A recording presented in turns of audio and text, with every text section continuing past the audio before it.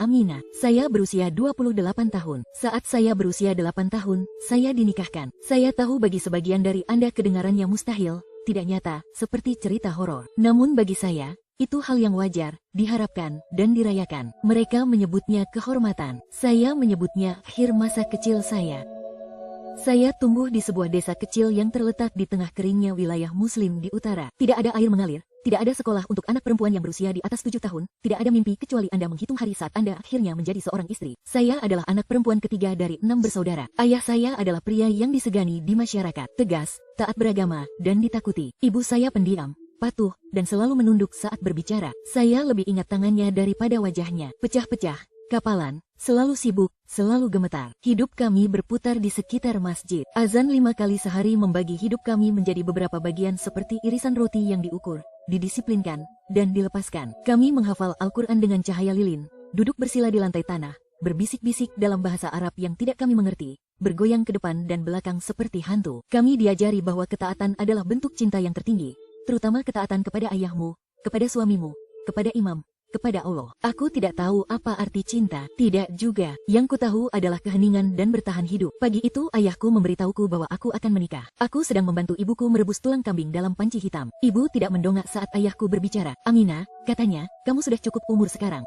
Sheikh Ibrahim telah memilihmu. Aku menjatuhkan sendok, bukan karena aku tahu apa artinya menikah, tetapi karena ibuku terdiam. Dia tidak bergerak, dia tidak bernapas. Dia hanya menatap air mendidih seolah-olah air itu bisa menelannya bulat-bulat. Sheikh Ibrahim berusia 42 tahun. Dia memiliki 2 istri lain. Dia memimpin salat Jumat di masjid dan mengajarkan Al-Quran kepada anak-anak desa. Orang-orang berkata dia suci, pria terhormat, pria berilmu, dan sekarang dia akan menjadi suamiku. Saat itu aku berusia 8 tahun. Namun untuk saat ini, aku ingin mengatakan ini. Jika kamu pernah merasa suaramu tidak berarti, jika kamu pernah diberitahu bahwa tubuhmu adalah milik orang lain, jika kamu pernah menangis sendirian dalam kegelapan sambil bertanya kepada Tuhan, apakah engkau melihatku? Maka mungkin cerita ini untukmu, dan kuharap kamu mendengarkan. Begitu banyak gadis lain yang masih terjebak dalam kesunyian. Beritahu orang lain bahwa mereka tidak sendirian. Karena aku berusia 8 tahun ketika aku diculik. Namun, butuh waktu 20 tahun lagi bagiku untuk menemukan suaraku lagi. Dan saat aku menemukannya, bukan Allah yang menjawab, melainkan Yesus. Aku tidak pernah tahu apa yang seharusnya dirasakan seorang pengantin wanita. Namun,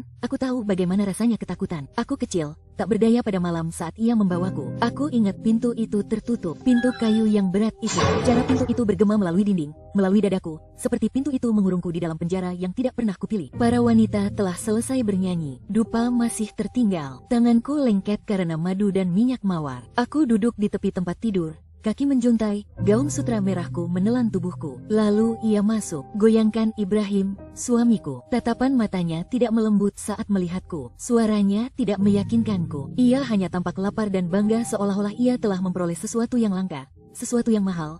Bukan istri, harta benda, mainan, atau dolar. Ia mengatakan sesuatu tentang ketaatan pada kehendak Allah. Ia mengutip sebuah hadits. Meski darahnya masih berceceran di keset, jika suaminya memanggil, dia harus menjawab. Aku tidak mengerti sampai dia meraihku. Lalu aku mengerti. Lalu aku menjerit. Lalu aku memohon. Namun di dunia kita, tangisan seorang istri bukanlah tangisan minta tolong. Itu hanya suara bising. Dan ketakutan seorang anak bukanlah alasan untuk berhenti. Itu adalah tanda pemberontakan. Apa yang terjadi malam itu? Aku tidak mengingat semuanya. Pikiranku mengabaikannya. Namun aku ingat rasa sakit, air mata, rasa malu, dan keheningan setelahnya. Dia tertidur. Aku berdarah. Aku tidak menangis. Tidak setelah itu. Aku belajar dengan cepat. Jangan menangis. Jangan bertanya. Jangan tersentak. Diam saja. Jadilah baik. Di pagi hari, ibuku datang menemuiku. Dia membawa susu hangat dan kunyit. Dia melihat darah. Dia tidak menatap mataku. Sekarang giliranmu, katanya. Lalu dia pergi. Bukan anak perempuan, hanya seorang istri dan pembantu. Saya memasak, saya membersihkan, saya mencuci pakaiannya. Dia akan pergi ke masjid dan saya akan sendirian. Ketika dia kembali, saya akan berdiri tegak, menutupi kepala saya, dan menunggunya berbicara. Dia tidak bertanya tentang hari saya. Dia tidak bertanya apa yang saya sukai, atau takutkan, atau pikirkan. Dia hanya mengambil. Ketika saya berusia 9 tahun, saya mulai menarik diri. Ketika saya berusia 10 tahun, saya berhenti berbicara, kecuali diajak bicara. Pada usia 11 tahun, saya tidak lagi terkejut ketika dia membawa pulang istri lain, seorang gadis berusia 16 tahun yang menatap saya dengan ketakutan dan kebingungan, sama seperti saya pernah menatap orang lain. Dan saya katakan padanya, tidak apa-apa, diam saja. Petik 2. Saya benci telah mengatakannya, tetapi itu satu-satunya nasihat yang saya tahu. Saya tidak pernah diajari bahwa saya penting, hanya bahwa saya harus patuh, bahwa nilai seorang wanita terletak pada seberapa banyak rasa sakit yang dapat ia tanggung tanpa mengeluh. Saya dipuji karena diam, karena bersih, karena rendah hati, karena menutupi tubuh, hati, dan jiwa saya hingga tidak ada yang tersisa dari diri saya. Imam pernah memberikan khotbah tentang pernikahan. Ia berkata, istri Nabi, Aisyah, baru berusia 6 tahun. Pernikahan itu dari Allah. Mempertanyakannya berarti mempertanyakan belas kasihannya. Belas kasihan. Mereka menggunakan kata itu dengan santai sementara gadis-gadis sepertiku meninggal dalam diam. Aku mulai bertanya-tanya apakah ini belas kasihan?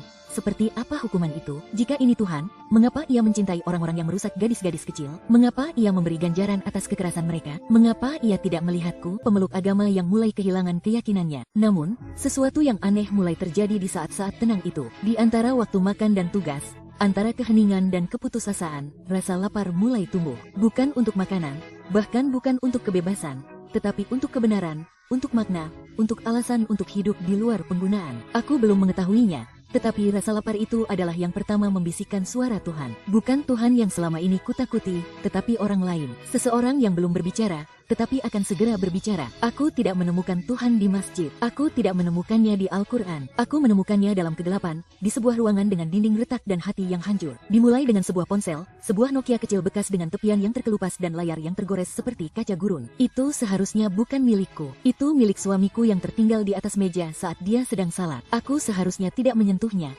tetapi aku melakukannya. Malam itu, aku membuka peramban dan tidak mencari apapun yang khusus. Hanya sesuatu, apapun di luar ruang gema yang telah kutinggali selama 20 tahun. Sesuatu yang tidak mengutip hadits untuk membenarkan bekas lukaku. Sesuatu yang tidak menyalahkan Allah ketika aku berdarah. Sesuatu yang tidak mengatakan padaku bahwa ini adalah ujianmu. Bersyukurlah, aku berakhir di situs web yang aneh. Itu bukan bahasa Arab. Itu bukan fatwa. Itu adalah video. Suara seorang wanita, lembut, kuat, menyakitkan. Ia berkata, saya terlahir sebagai seorang muslim.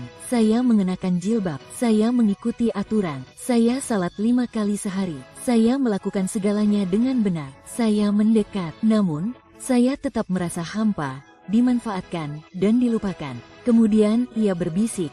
Lalu Yesus menemui saya dalam mimpi. Saya menghentikan video itu. Jantung saya berdebar kencang. Yesus, nama itu terlarang di rumah kami. Kami diajari bahwa itu adalah kata umpatan, hujatan, kebohongan yang diucapkan oleh orang Kristen yang memutarbalikkan kebenaran. Namun, ada sesuatu dalam suaranya, sesuatu yang nyata, sesuatu yang bebas. Saya menonton video itu secara lengkap, lalu video berikutnya dan berikutnya. Kesaksian, kisah, wanita seperti saya.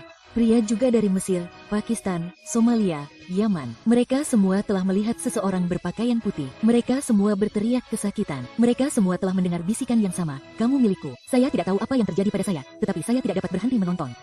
Tidak di siang hari, hanya di malam hari ketika anak-anak sudah tidur, ketika suami saya pergi, ketika saya sendirian dalam kegelapan dengan pertanyaan-pertanyaan saya. Suatu malam, saya mencari, mengapa Muslim meninggalkan Islam? Jawabannya menyambarku bagai kilat. Hadits yang belum pernah kudengar sebelumnya. Kontradiksi yang tak pernah berani kuselidiki. Ayat-ayat yang kuhafal semasa kecil, kini terurai dalam benakku bagai benang yang terlepas. Aku mulai menyadari bahwa aku tidak pernah memilih Islam. Aku mewarisinya, aku mematuhinya, tetapi aku tidak pernah mempercayainya. Tidak juga, aku percaya pada Tuhan, tetapi bukan pada Dia yang memalingkan muka saat aku berteriak. Bukan pada Dia yang memberkati laki-laki yang menghancurkan anak-anak. Bukan pada Dia yang menyebut rahimku sebagai wadah dan suaraku sebagai ancaman. Aku percaya pada seseorang, tetapi aku belum tahu namanya. Malam itu, aku berbisik untuk pertama kalinya, Yesus,